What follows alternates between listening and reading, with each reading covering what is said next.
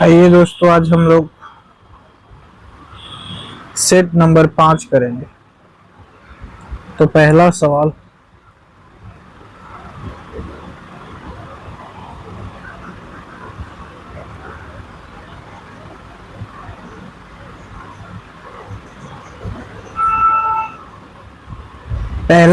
हो जाएगा, फिरोज मेहता द्वारा किस वर्ष बम्बई प्रेसिडेंसी एसोसिएशन की स्थापना की गई थी? तो पहला का हमारा आंसर डी हो जाएगा, 1885 में। और 1885 में क्या हुआ था? तो कांग्रेस की स्थापना हुआ था।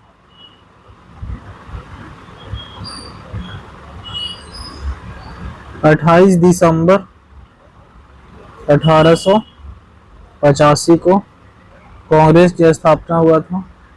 इसकी पहली बैठक कहाँ किया गया था? तो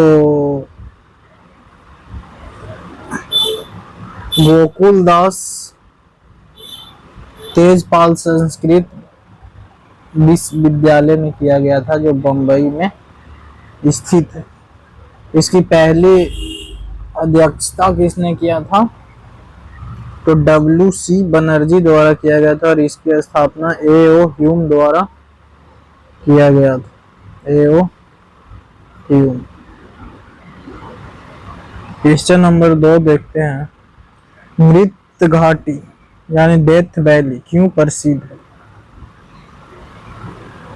तो ये अत्यधिक उष्णता के कारण प्रसिद्ध है।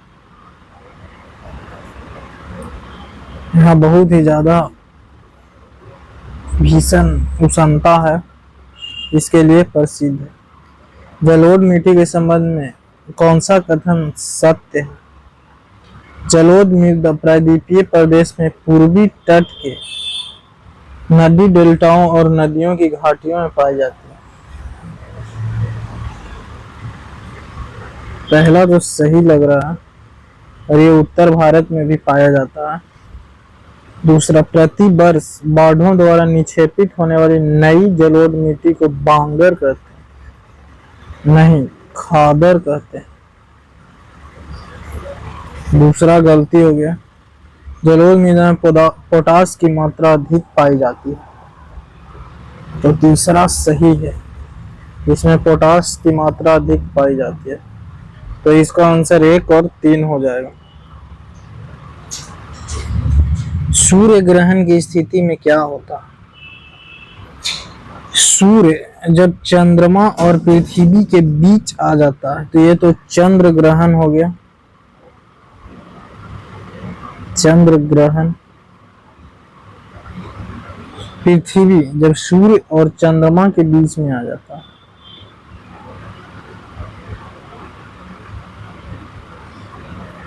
इसका कोई मतलब नहीं है। चंद्रमा जब सूर्य और पृथ्वी के बीच आ जाता है, ये सही है। तो ये सूर्य ग्रहण हो जाएगा। यूरेनियम के भंडार, यूरेनियम के भंडार में निम्नलिखित देशों में से कौन सा शीर्ष स्थान पर? तो ये कजाकिस्तान हो जाएगा। कजाकिस्तान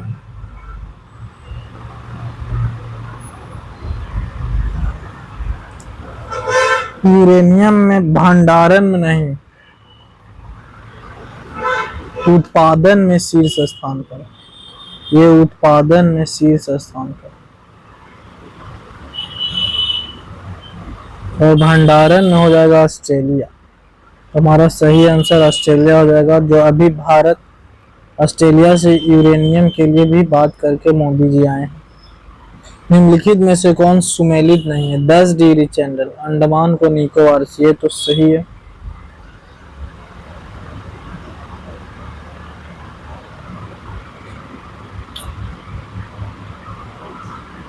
डोबल डमरू इंग्लिश चैनल को उत्तरी सागर से, ये भी सही है। मलक्का जल संधि अंडमान सागर को दक्षिण चीन सागर से, ये भी सही है। डेविस जल संधि ये गलत।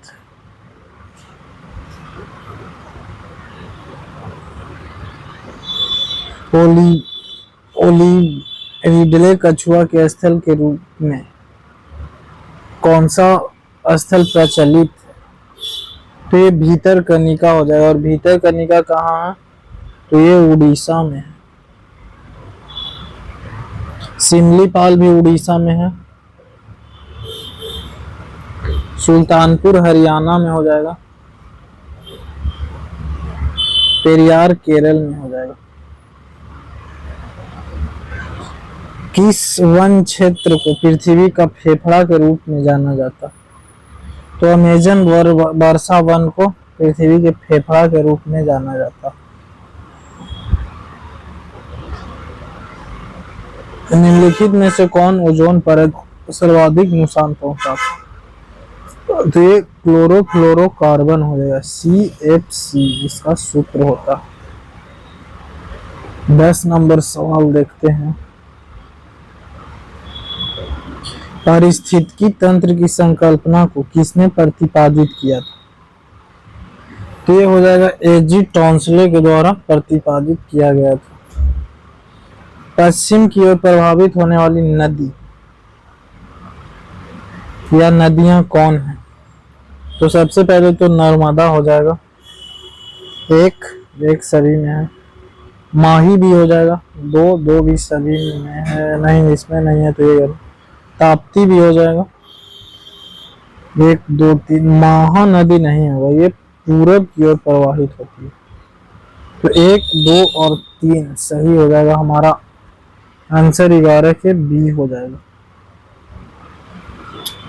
सोडियम डाइऑक्साइड एवं हाइड्रोक्लोरिक अम्ल की अभिक्रिया से सोडियम क्लोराइड और जल बनते हैं। यह कौन सी अभिक्रिया है? तो ये हमारा आंसर हो जाएगा उदासीनीकरण। जब सोडियम क्लोराइड और जल बनते हैं तो हमेशा उदासीनीकरण ही होगा। निम्न में से कौन सा ऑक्सीकरण नहीं? निम्न में से कौन ऑक्सीकरण नहीं है? तो हमारा 13 के आंसर हो जाएगा अपक्षेपण। ये ऑक्सीकरण नहीं। निम्न में से कौन सा अधातु विद्युत का सुचालक है? तो हमारा 14 के आंसर हो जाएगा ए ग्रेफाइट अधातु है, लेकिन ये विद्युत का सुचालक है। रबर निम्न में से किसका बहुलक है? तो रबर हो जाएगा आइसोप्रीन का बहुलक। किसका हो जाएगा? आइसोप्रीन का बहुलक। वास्तविक वस्तु हमेशा सीधा प्रतिबिंब बनाने वाला दर्पण होता है। हाँ, तो ये समतल हो जाएगा और उत्तल हो जाएगा। कौन हो जाएगा? समतल और उत्तल।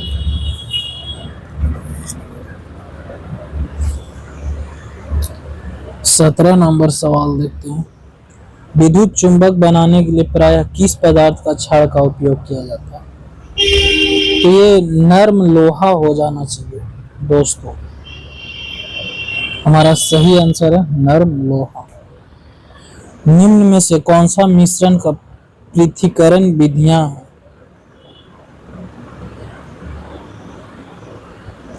तो ये रवाकरण हो जाएगा। आसवन से भी पृथक्करण किया जाता है, निस्यंदन से भी पृथक्करण किया जाता है और ऊर्ध्वपातन से भी पृथक्करण किया जाता है। तो इसका आंसर इनमें से सभी हो जाएगा। मनुष्य में मादा जनन अंग किस हार्मोन का स्राव होता है? तो ये एस्ट्रोजन भी पाया जाता है मादा में, प्रोजेस्टेरोन भी पाया जाता है और रिलैक्सिन भी पाया जाता है। तो हमारा आंसर क्या हो जाएगा? उपयुक्त में से सभी 19 का डी हो जाएगा। और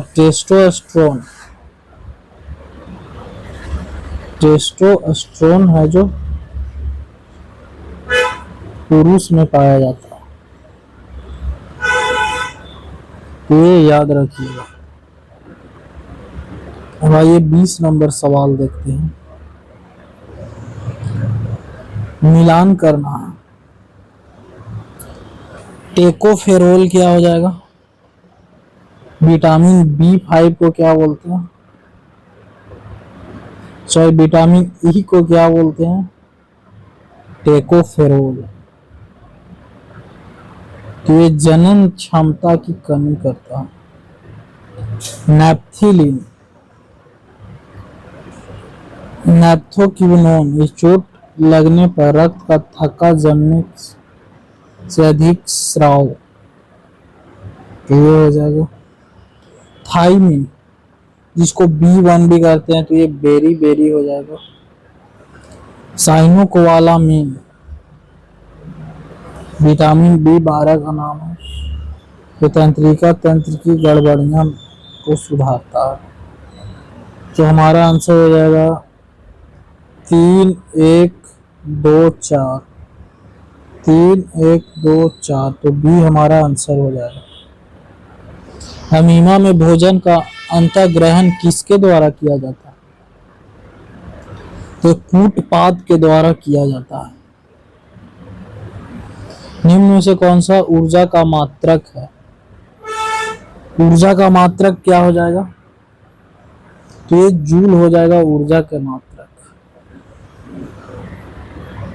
अगर न्यूटन खाली रहता तो बल का मात्रक क्या हो जाता? न्यूटन। संविधान के किस भाग में सहकारी समितियां का उपबंध किया गया है?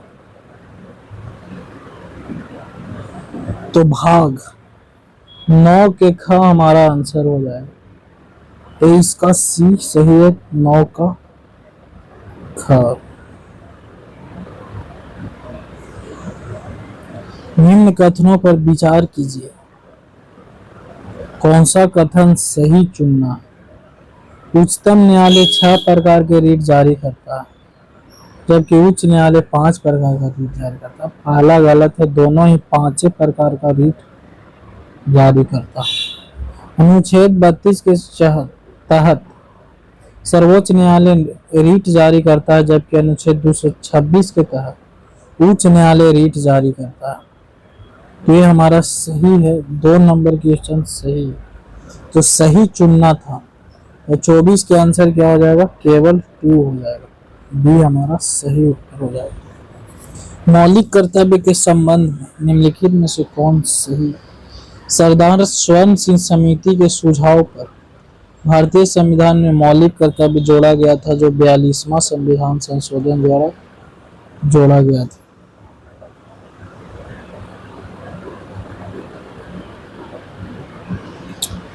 सरदार स्वर्ण सिंह समिति ने संविधान में 8 मूल कर्तव्यों को जोड़ने का सुझाव दिया था। नहीं, ये 10 मूल कर्तव्यों को जोड़ने का सुझाव दिया था। 10 मूल कर्तव्य।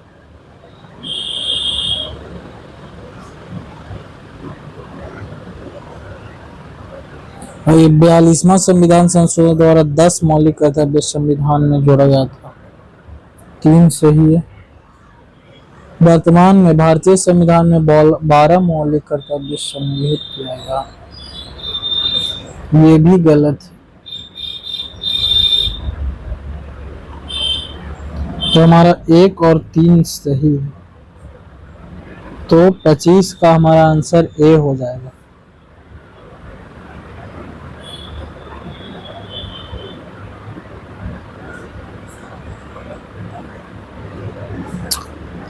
नहीं, 25 के आंसर सी होगा।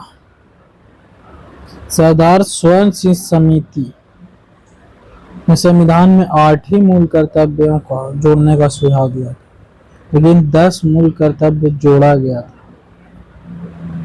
चलिए 26 नंबर सवाल देखते हैं। 1919 के तहत के भारत शासन अधिनियम की निम्नलिखित में से कौन सी प्रमुख विशेषता है? तो केंद्र द्वारा प्रांतों की विधायी शक्ति हस्तांतरण, ये सही है। प्रांतों की कार्यकारिणी सरकार में द्वैत शासन व्यवस्था, ये भी सही है। इसके तहत पहली बार केंद्रीय बजट राज्यों के बजट से अलग कर दिया गया। ये भी सही है। तुम्हारा आंसर क्या हो जाएगा? डी हो जाएगा।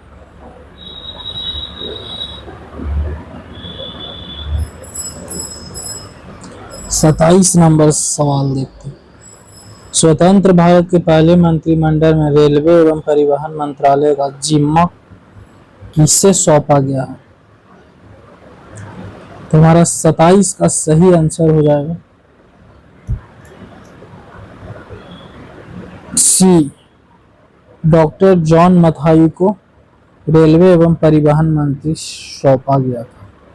सरदार वल्लभ भाई पटेल क्या थे? तो उप प्रधानमंत्री थे। आर के सेठिये वित्त मंत्री थे,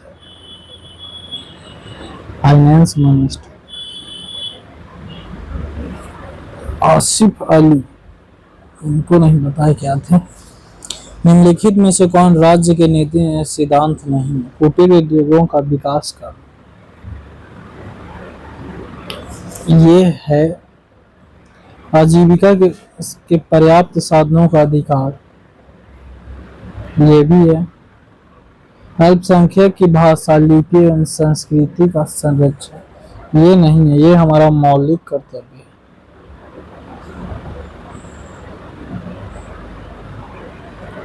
राज्य पोषण और जीवन स्तर को बढ़ाने और सार्वजनिक स्वास्थ्य में सुधार करने का प्रयास, ये भी है। तुम्हारा आंसर क्या हो जाएगा? सी हो जाएगा। लॉर्ड डलहौजी के शासनकाल में लागू व्यक्तिगत सिद्धांत के कारण ब्रिटिश साम्राज्य में शामिल किए गए राज्यों की सूची में शामिल नहीं था। तुम्हारा 29 का सही आंसर अवध हो जाएगा। ये शामिल नहीं था।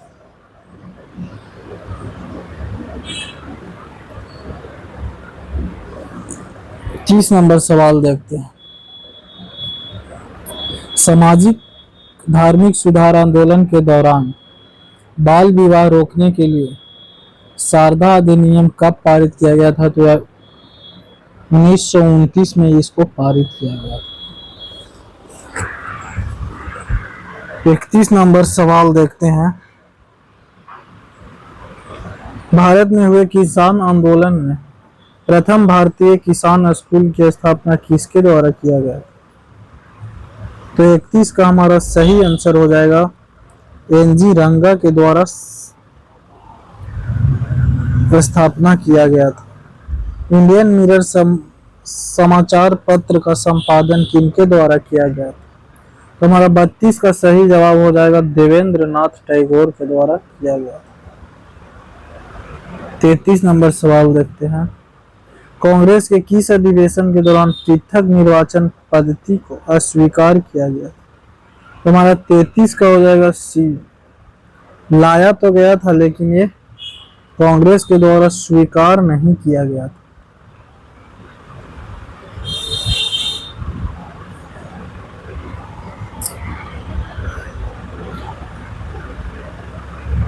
उन्नीस सौ 19 में लाया गया था लाहौर में, मिंटो के द्वारा लाया गया था। मार्ले एवं मिंटो एवं मार्ले के द्वारा लाया गया था।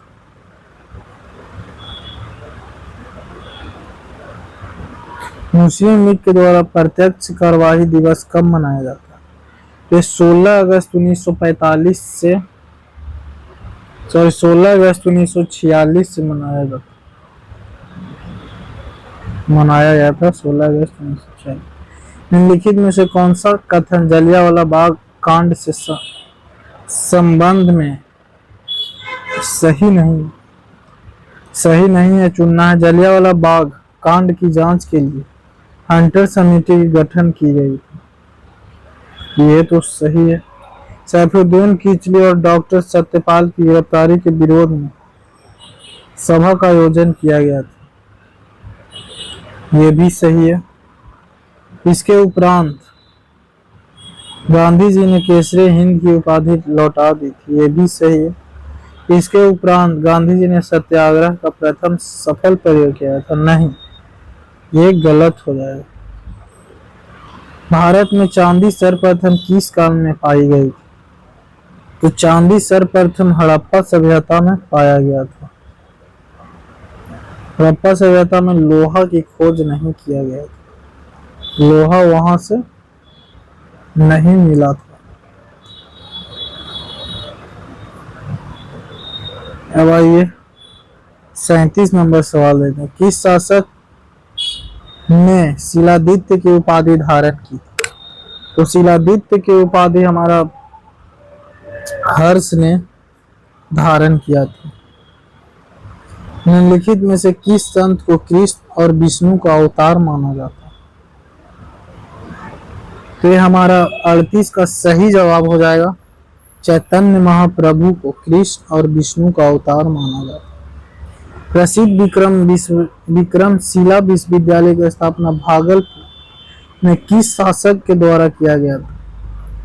तो ये धर्मपाल के द्वारा किया गया था। तो 39 का हमारा आंसर सी हो जाएगा।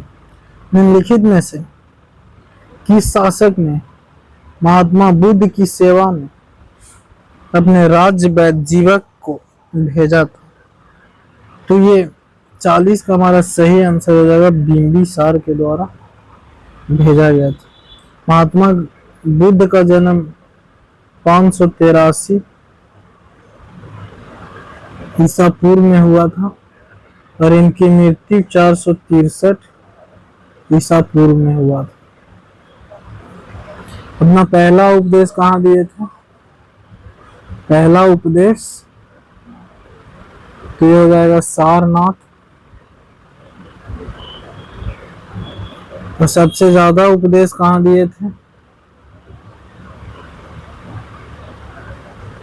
तो सबसे ज्यादा हो जाएगा श्रावस्ती। ज्ञान की प्राप्ति कहाँ हुआ था?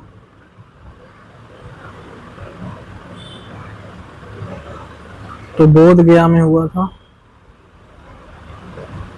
निरंजना नदी के तट पर। नदी के तट पर वृक्ष पीपल का वृक्ष था, उसको बोधि वृक्ष के नाम से भी जाना जाता है।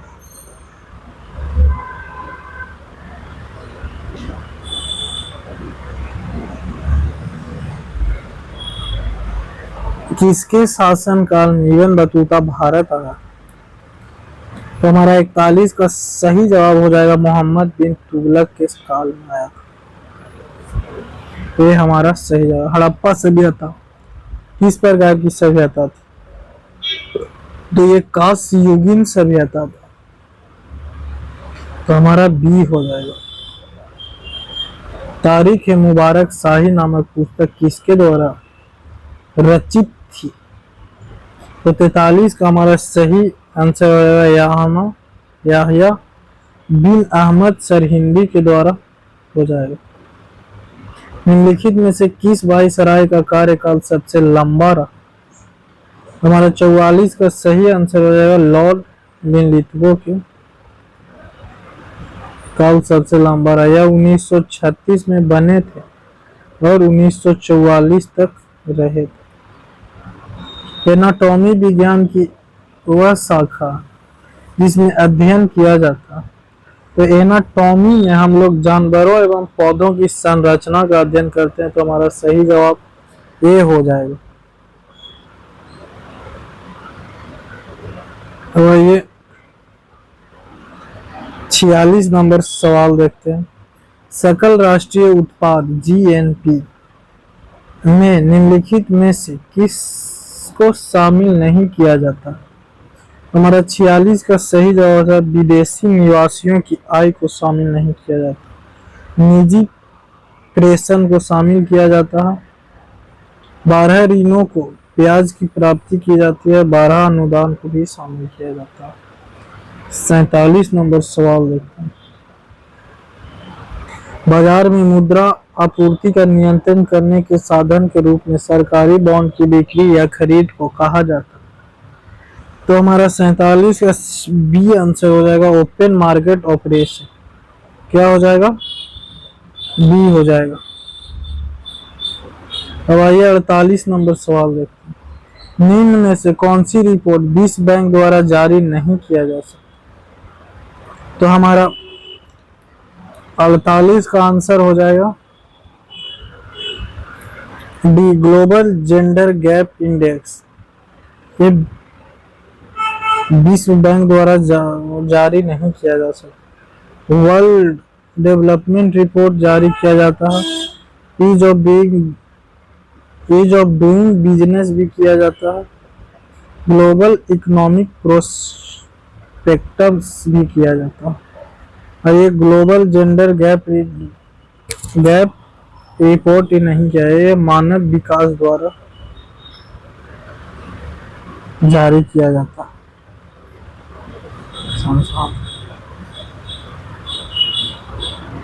भारतीय आयात या निर्यात बैंक की स्थापना किस वर्ष की गई? तो ये भारतीय आयात एवं निर्यात बैंक की स्थापना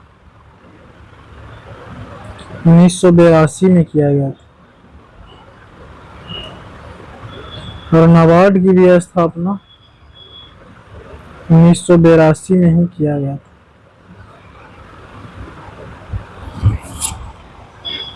और सिडबी की स्थापना 1988 में किया गया था। सिडबी के मुख्यालय कहाँ है? ये लखनऊ हो जाएगा, लखनऊ हो जाएगा। एक्जिम बैंक के स्थापना, नाबार्ड के भी हेडक्वार्टर मुंबई हो जाएगा और इसका भी मुंबई हो जाएगा। वैश्विक वित्तीय स्थिरता रिपोर्ट निम्न में से कौन जारी करता है? तो ये IMF के द्वारा जारी किया गया था। IMF और विश्व बैंक की स्थापना कब हुआ था? यह स्थापना तो 1945 में किया गया था। इसका हेडक्वार्टर कहाँ है? तो ये न्यूयॉर्क में इसका हेडक्वार्टर है। तो आइए कुछ स्मरणीय तथ्य देख लेते हैं सोलंकी वंश से संबंधित। आइए, सोलंकी वंश का संस्थापक किसको माना जाता है? तो मूल राज प्रथम को माना जाता है। इसकी राजधानी कहाँ थी? तो अहिलवाड़ थी। मूल राज प्रथम शैव धर्म के अनुयायी थे। कौन सा धर्म के अनुयायी थे? तो शैव धर्म के अनुयायी थे। भीम प्रथम के शासन काल में महमूद गजनबी ने सोमनाथ मंदिर पर आक्रमण किया था। ये कितना में किया था? तो 1178 ईस्वी में किया था। भीलवाड़ा का प्रसिद्ध जैन मंदिर का निर्माण भीम प्रथम के सामंत बीमल ने करवाया था। किसने करवाया था? तो भीम प्रथम के सामंत बीमल के द्वारा करवाया गया था। इस वंश का सबसे प्रतापी शासक जय सिंह सिद्धराज थे। सोलंकी वंश के सबसे प्रतापी शासक अगर पूछेगा तो जय सिंह सिद्धराज थे। प्रसिद्ध जैन विद्वान हेमचंद जय सिंह सिद्धांत के दरबारी, जय सिंह सिद्धराज के दरबारी कवि रहते थे। कौन रहते थे? हेमचंद, जैन विद्वान हेमचंद। मोढेरा के सूर्य मंदिर का निर्माण सोलंकी राजाओं के शासन काल में ही हुआ था। मोढेरा के सूर्य मंदिर का निर्माण कौन करवाया था? तो सोलंकी राजाओं के द्वारा ही करवाया गया। सोलंकी वंश का अंतिम शासक कौन था? तो भीम द्वितीय था। तो आज का हमारा सवाल समाप्त होता है। चैनल को सब्सक्राइब एवं लाइक कर दीजिएगा। चलिए तो आज हम समाप्त करते हैं। Thank you.